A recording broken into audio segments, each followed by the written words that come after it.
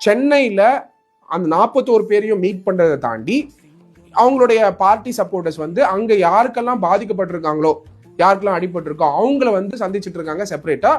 Plus இந்த 41 பீப்புளுமே மெட்ராஸ்ல ஒரு மண்டபம் புக் பண்ணி மெட்ராஸ்ல மீட் பண்றதுக்கான செயல்பாடு எடுத்துக்கிட்டு இருக்காங்க. இதுல 2 இம்பார்ட்டன்ட் விஷயம்.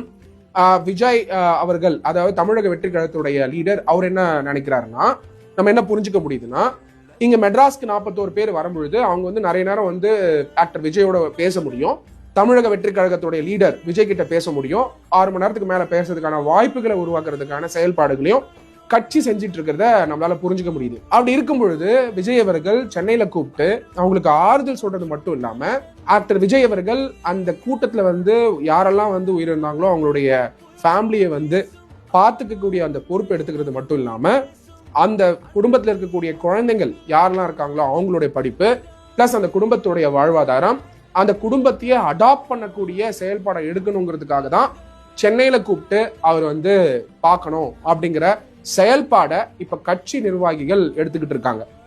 இதுக்கு 2 காரணங்கள். ஏன்னா கரூர் பொறுத்த வரைக்கும் போலீஸ் டிபார்ட்மெண்ட் கான்ஃபரன்ஸ் கொடுத்தாதான் விஜய் அவர்கள் டிராவல் பண்ண முடியும். போலீஸ் டிபார்ட்மெண்ட் கான்ஃபரன்ஸ் கொடுக்க முடியுமா அப்படின்னா, இந்த தருணத்துல சிபிஐ இன்வெஸ்டிகேஷன் போயிட்டு இருக்கும் பொழுது போலீஸ் வந்து அந்த ரிஸ்க் எடுக்காம இருக்கிறதுக்கான வாய்ப்புகள் உண்டு. அப்போ விஜய் அவர்கள் வேற ஆப்ஷனே இல்லாம சென்னையில தான் அந்த 41 பேரை பார்க்க வேண்டியது இருக்கும்.